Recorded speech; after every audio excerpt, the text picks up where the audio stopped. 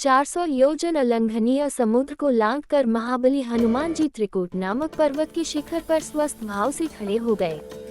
कपिश्रेष्ठ ने वहां सरल चीड़ कनेर, खिले हुए खजूर, प्रियाल, चिरौंजी, मुचुलिन, जम्बीरी, नींबू, कुटज, केतक, केवड़े, सुगंध पूर्ण प्रेमभू, पिप्पली, नीम, कदम्ब या अशोक, चितवन, असन, कोविदार तथा खिले हुए करवीर भी देखे। फूलों के भार से लदे हुए तथा मुकुलित अधखिले बहुत से वृक्ष भी उन्हें दृष्टिगोचर हुए, जिनकी डालियां झूम रही थीं और जिन पर नाना प्रकार के पक्षी कलरव कर रहे थे। हनुमान जी धीरे धीरे अद्भुत शोभा से संपन्न रावण पालित लंकापुरी के पास पहुँचे। उन्होंने देखा, लंका के चारों ओर कमलों से सुशोभित जलपूरित खाई खुदी हुई है। वह महापुरी सोने की चहार दीवारी से घेरी हुई है। श्वेत रंग की ऊंची ऊंची सड़कें उस पुरी को सब ओर से घेरे हुए थीं। सैकड़ों गगनचुंबी अट्टालिकाएं ध्वजा पताका फहराती हुई उस नगरी की शोभा बढ़ा रही हैं।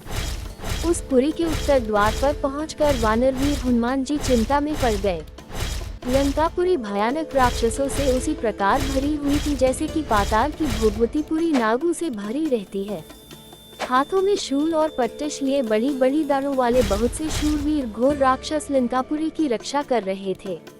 नगर की इस भारी सुरक्षा, उसके चारों ओर समुद्र की खाई और रावण जैसे भयंकर शत्रु को देखकर हनुमान जी विचार करने लगे कि यदि वानर वहां तक आ जाएं तो भी वे व्यर्थ ही सिद्ध होंगे, क्योंकि युद्ध द्वारा देवता भी लंका पर विजय नहीं पा सकते। रावण पालित इस दुर्गम और विषम संकटपूर्ण लंका में महाबाहु रामचंद्र आ भी जाए तो क्या कर पाएंगे। राक्षसों पर साम, दान और भेद की नीति का प्रयोग असंभव दृष्टिगत हो रहा है। यहाँ तो केवल 4 वेगशाली वानरों अर्थात बालीपुत्र अंगद, नील, मेरी और बुद्धिमान राजा सुग्रीव की ही पहुँच हो सकती है। अच्छा, पहले ये तो पता लगाऊं कि विदेह कुमारी सीता जीवित भी है या नहीं। जनककिशोरी का दर्शन करने के पश्चात ही मैं इस विषय में कोई विचार करूंगा। उन्होंने सोचा कि मैं इस रूप से राक्षसों की इस नगरी में प्रवेश नहीं कर सकता, क्योंकि बहुत से क्रूर और बलवान राक्षस इसकी रक्षा कर रहे हैं। जानकी की खोज करते समय मुझे स्वयं को इन महातेजस्वी, महापराक्रमी और बलवान राक्षसों से गुप्त रखना होगा। अतः मुझे रात्रि के समय ही नगर में प्रवेश करना चाहिए और सीता का अन्वेषण का ये समयोचित कार्य करने के लिए ऐसे रूप का आश्रय लेना चाहिए जो आंख से देखा न जा सके। मात्र कार्य से ही यह अनुमान हो कि कोई आया था।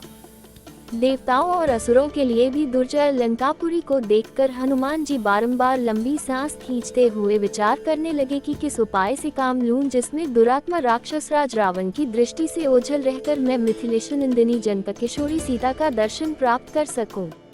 अविवेकपूर्ण कार्य करने वाले दूत के कारण बने बनाए काम भी बिगड़ जाते हैं।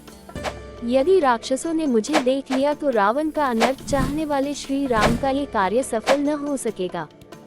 अतः अपने कार्य की सिद्धि के लिए रात में अपने इसी रूप में छोटा सा शरीर धारण करके लंका में प्रवेश करूंगा और घरों में घुसकर जानकी जी की खोज करूंगा।